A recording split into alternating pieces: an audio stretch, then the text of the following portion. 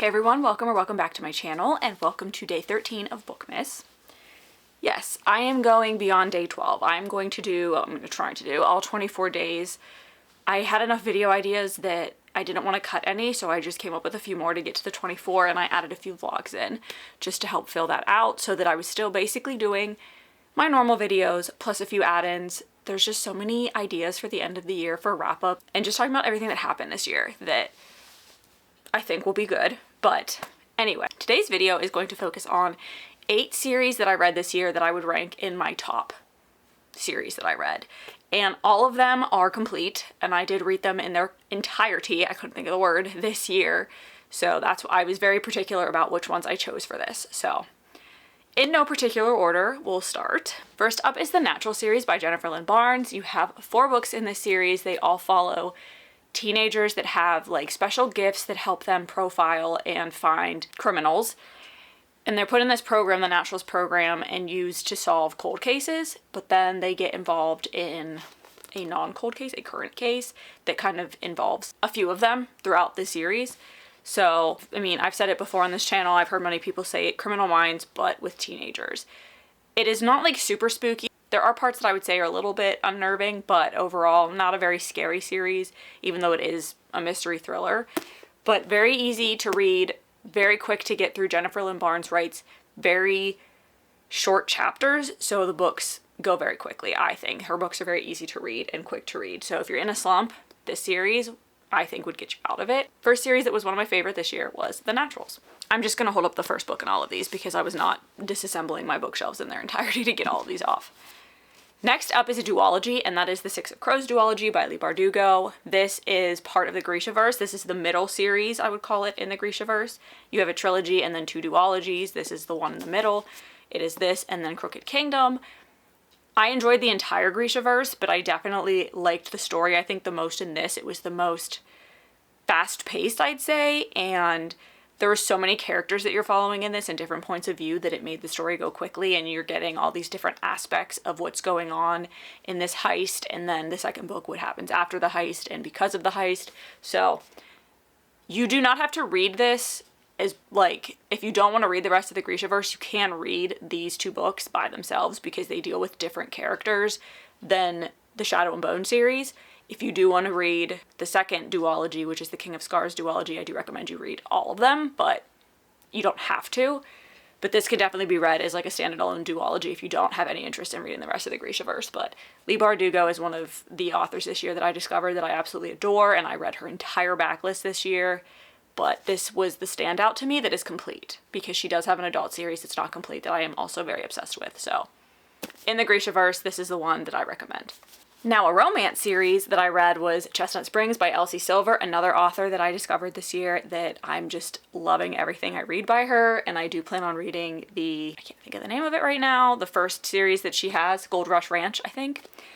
I plan on reading that next year, so I read all 5 books in the Chestnut Springs series this year and absolutely adored Heartless, absolutely adored Reckless.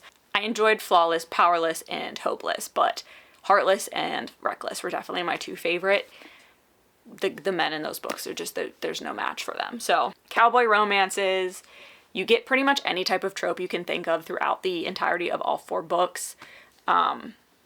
This was like a proximity one where she's forced to be, I don't want to call his manager, but like his handler, because he has like a bad attitude and he's on the bull riding circuit, and she's basically helping him clean up his reputation. And then you've got single dad trope for the second book. You have a sports romance, childhood friends to lovers situation in the third book. Then you have a accidental pregnancy kind of situation in the third book, a little bit of an age gap, but I think they're all age gap. The last one is the biggest age gap. Hopeless is age gap, and marriage of convenience, fake marriage kind of thing. So you get pretty much, she hits all of them. She hits a good chunk of the tropes. So very good series, very fun, easy reads. I do see myself eventually rereading these, at least Heartless and Reckless. So I had to buy the books, and I do like the new covers. I know everyone likes the mirror covers, but I really do think that these ones are beautiful too. Next up, again, another author that I discovered this year, and that is Tahara Mafi. I read the Shatter Me series this year. I also read her This Woven Kingdom series, but that's not complete yet. So I chose Shatter Me to talk about her because I did enjoy all of her books. But this is, again, very quick reads. I read most of these books within like 2 to 3 hours just because the writing's pretty big. There's pretty big margins, and the chapters, again, are short. The story is fast-paced. It is not really that hard to digest, and I think they're just good books to get yourself out of a reading slump because they are such quick reads.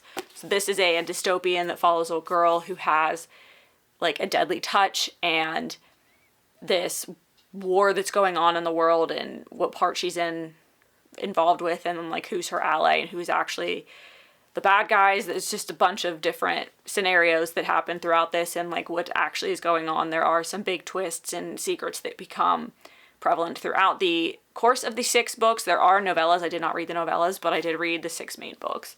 So you can just read the first 3 because I believe it was written as like an original trilogy and then she extended it with the other 3. So you can at least try the first 3. They're all pretty quick reads, and then if you want to move on with it, you can move on with the story. I personally did enjoy the second half of it, but I know that a lot of people stop after the 3rd book. I also discovered Elle Kennedy this year, and I read the entire Off-Campus series, The Deal. You have The Deal, The Mistake, The Score, and The Goal, and then The Legacy is the 5th book, and that is just kind of a series of novellas about each couple. So you've got 4 main couples, they each get their own book, and then The Legacy talks about all 4 of them after the events of all of their books. There is some time overlap in this. Again, there's a pretty big gambit of tropes that are covered throughout this. My favorite was The Score. That's Dean's book.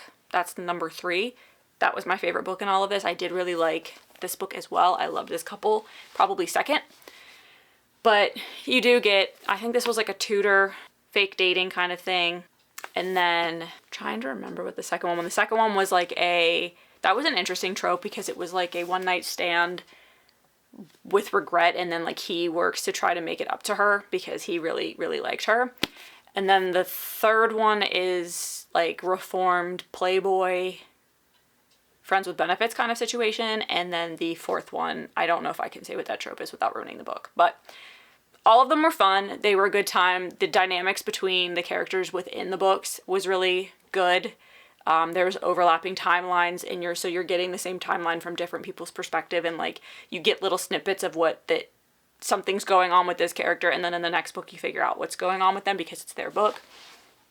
So I really liked that as well. Another really fun romance series. I love hockey romance, and that's what these all are. All of the men are on the hockey team at Briar University. So I do plan on reading Briar U next year, and then going into the Campus Diaries at some point as well. The next 2 are duologies that I read this year that I thoroughly enjoyed, both fantasies, and the first is the Dance of Thieves duology by Mary E. Pearson. This is about a like thief that goes to this town looking for somebody.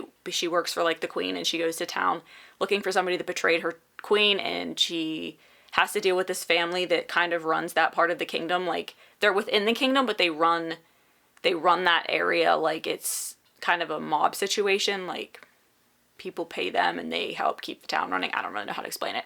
And then Jace becomes the Patri, I think they call him, which is like the head of that, like right at the beginning of the book. So he's learning how to take over being at such a young age.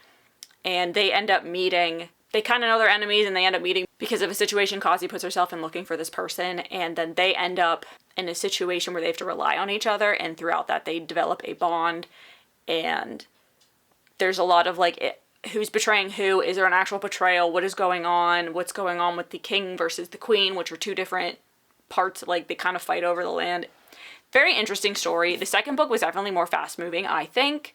The second half of this book got a little slow. I want to say the second half of this book and the first half of the second book were a little slow, but this like first half of this book and the second half of the second book were fast paced. So I got into this one fast, and then it was like, okay, I got to finish it. And then the second one, which I read pretty quickly after it, Vow of Thieves, was a little slow to start, but then picked up pretty quickly. And it's a little bit shorter too. So really enjoyed this. Fantasy romance, quest kind of vibe. So highly recommend. I did not read the Remnant Chronicles before that. I know a lot of people say you have to. I didn't, and I understood everything. So not saying don't, I'm just saying I didn't because I didn't want to go buy more books.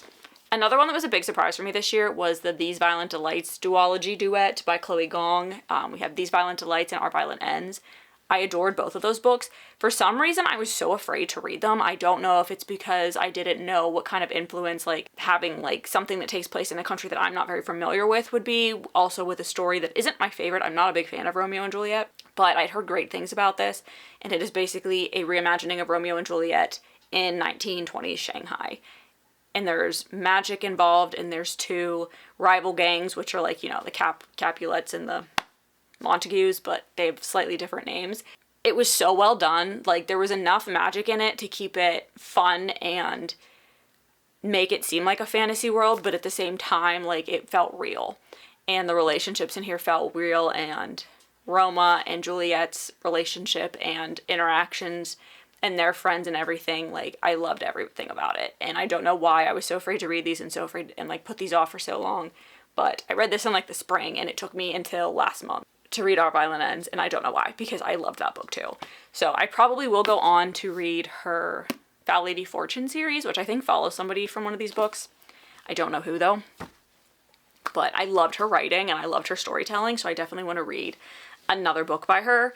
I think the other, I don't know if it's a duology, but I know, like, Mortal Longings or something, I think, is another book that she has, and I think there's one that comes after that as well. And then I had to include my favorite Shadowhunters series within the universe, because I did read that entire universe this year, and I included the trilogy of The Dark Artifices, which is Lady Midnight, Lord of Shadows, and Queen of Air and Darkness. It's the most modern of the four series within it. There will eventually be 5. And I loved the Shadowhunters that this one followed, and I loved the story that this told, like, and I think it was because it incorporated characters from, like, all of them into one, because it is the most current time one, so, like, all of the other stories had already happened, so everybody was included in this in some way, shape, or form, even if they were just mentioned because they're dead. But I really liked this series. I loved these characters. I cannot wait to see the new series by her, which follows side characters from this one, so it's still going to be the same family. It's just going to follow, the main characters are going to be probably side characters, and the side characters are going to be main characters. So loved this. Loved the whole Shadowhunters universe. That video came out a few days ago. But out of that, I had to include my favorite one because I just loved this series so much. I can't wait to reread it. So those are the 8 series that I read this year that I would definitely say are my favorite. And like I said, these are only ones that I read to completion and read all of the books this year. So there are ones that I did read. Maybe I only read a few of them. Maybe they're not complete yet. I did not include that in this collection of favorites because I needed to whittle it down some way. So, and it is not all of the series I read this year, because I did read a few other ones in their entirety, and I did not include them. Not that I didn't like them, they just weren't standouts to me. I thank you so much. If you've made it this far in the video, let me know what your favorite series was that you read this year, and maybe one that you're excited to read next year, or one that you're in the middle of that you're excited to continue next year. And I thank you so much for watching, and hope to see you all for day 14 of Bookmas.